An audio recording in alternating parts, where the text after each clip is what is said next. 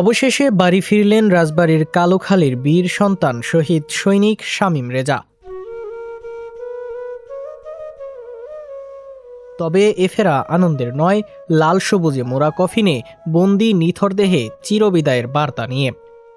আজ রোববার দুপুর 1:45টার দিকে রাজবাড়ীর কালোখালী উপজেলা মিনি স্টেডিয়ামে অবতরণ করে শহীদ শামীম রেজার মরদেহবাহী সেনাবাহিনীর হেলিকপ্টার। হেলিকপ্টার থেকে কফিন নামানোর মুহূর্তেই কান্নায় ভেঙে পড়েন স্বজন ও উপস্থিত জনতা। ভারী হয়ে ওঠে পুরো পরিবেশ। পরে সেনাবাহিনীর একটি দল মরদেহটি লাশবাহী ফ্রিজিং ভ্যানে করে কালোখালী উপজেলার মৃগী ইউনিয়নের হোগলাডাঙ্গি গ্রামে তার নিজ বাড়িতে নিয়ে যায়। নিজ বাড়িতে স্বজন, প্রতিবেশী ও এলাকাবাসীর শেষবারের মতো দেখার জন্য প্রায় আধা ঘন্টা মরদেহটি রাখা হয়। এ সময় মা বাবার আহাজারি, ভাই বোনের কান্না আর এলাকাবাসীর নির্বাক উপস্থিতি মিলিয়ে সৃষ্টি হয় এক হৃদয় বিদারক দৃশ্য।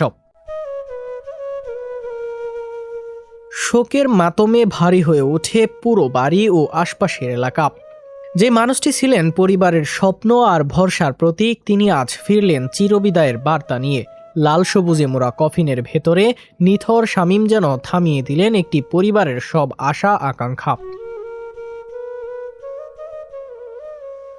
পরে দুপুর 3টার দিকে বাড়ির পাশে পারিবারিক কবরস্থানে জানাজা নামাজ অনুষ্ঠিত হয়।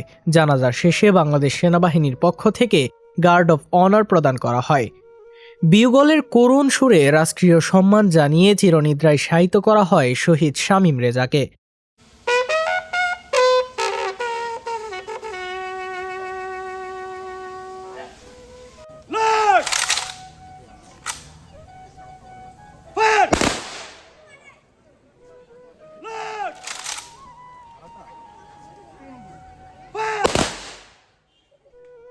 তিন ভাই ও এক বোনের মধ্যে শামীম ছিলেন সবার বড়।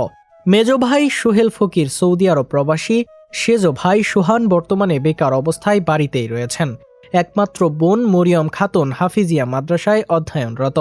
পরিবারের হাল ধরার প্রধান দায়িত্ব ছিল শহীদ শামীমের কাঁধেই, যা আজ চিরতরে শূন্য হয়ে গেল। উল্লেখ্য, গত 13ই ডিসেম্বর আফ্রিকার দেশ সুদানের আবেই এলাকায় জাতিসংঘ শান্তিরক্ষা মিশনের আওতাধীন কাদুগুলি লজিস্টিক বেইসে বিচ্ছিন্নতাবাদী সশস্ত্র গোষ্ঠীর চালানো ড্রোন হামলায় দায়িত্বে থাকা 6 জন বাংলাদেশ সেনাবাহিনীর শান্তিরক্ষী শহীদ হন।